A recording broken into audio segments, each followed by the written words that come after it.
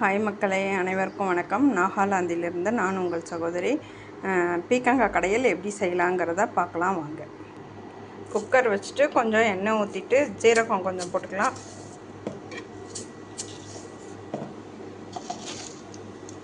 மிளகு 2 போட்டுக்கலாம்.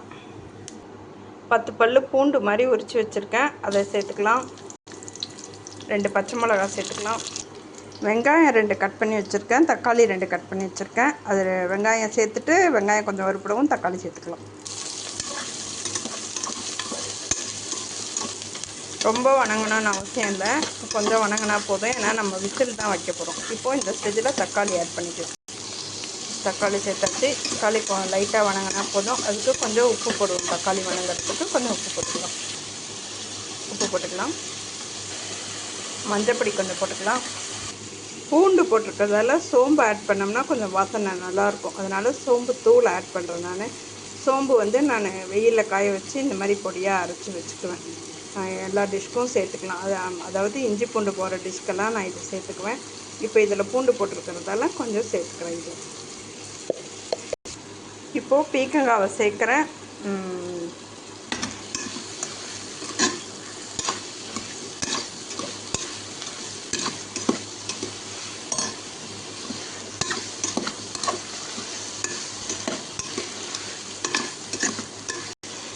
ஒரே ஒரு உருளைக்கிழங்கு தோல் சீவிட்டு இந்த மாதிரி பொடியாக நறுக்கி வச்சுருக்கேன், அதையும் இது கூட ஆட் பண்ணிக்கிறேன்.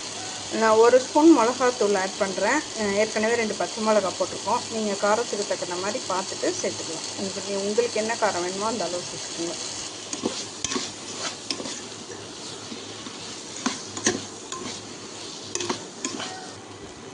கொஞ்சமாக தண்ணி சேர்த்துக்கலாம். ரொம்ப நிறைய வேண்டாம், கொஞ்சமாக சேர்த்தா போதும். தண்ணி ஆட் பண்ணாச்சு. இந்த ஸ்டேஜில் குக்கர் மூடி போட்டு ஒரு 2 விசில் மட்டும் விட்டுக்கலாம்.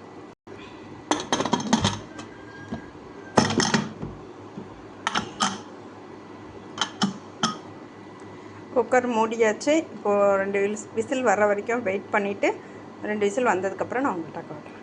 பீக்கங்காய் 2 விசில் விடவும் விசில் ஆறுனதுக்கப்புறம் திறந்துட்டு அதில் இருக்கிற தண்ணியை நம்ம தனியாக எடுத்து வச்சுருக்கோம். இப்போ இதை கடைஞ்சிக்கலாம். அதுக்கு முன்னாடி கருவேப்பிலை, கொத்தமல்லி இதெல்லாம் கொஞ்சம் சேர்த்துக்கலாம். சேர்த்துட்டு மத்து வச்சு நல்லா கடைஞ்சிக்கலாம். இப்போது கடைஞ்சாச்சு மக்களே, அவ்வளோதான். பீக்கங்காய் கடையல் ரெடி. சாப்பிட்டு பார்க்கலாம் வாங்க. இந்த பீக்கங்காய் நம்ம அடிக்கடி சேர்த்துக்கிறதால நிறைய பெனிஃபிட் இருக்குது. இது பீக்கங்காயை அடிக்கடி நம்ம சேர்த்துக்கிறதுனால ப்ரெஷர் நார்மலாகும், பித்தத்தை கட்டுப்படுத்தும், மலச்சிக்கல் சீராகும். அதனால் அடிக்கடி பீக்கங்காயை நம்ம உணவில் சேர்த்துக்கலாம் மக்களே. தேங்க்யூ ஃபார் வாட்சிங். வாழ்க வளமுடன். Wish you well.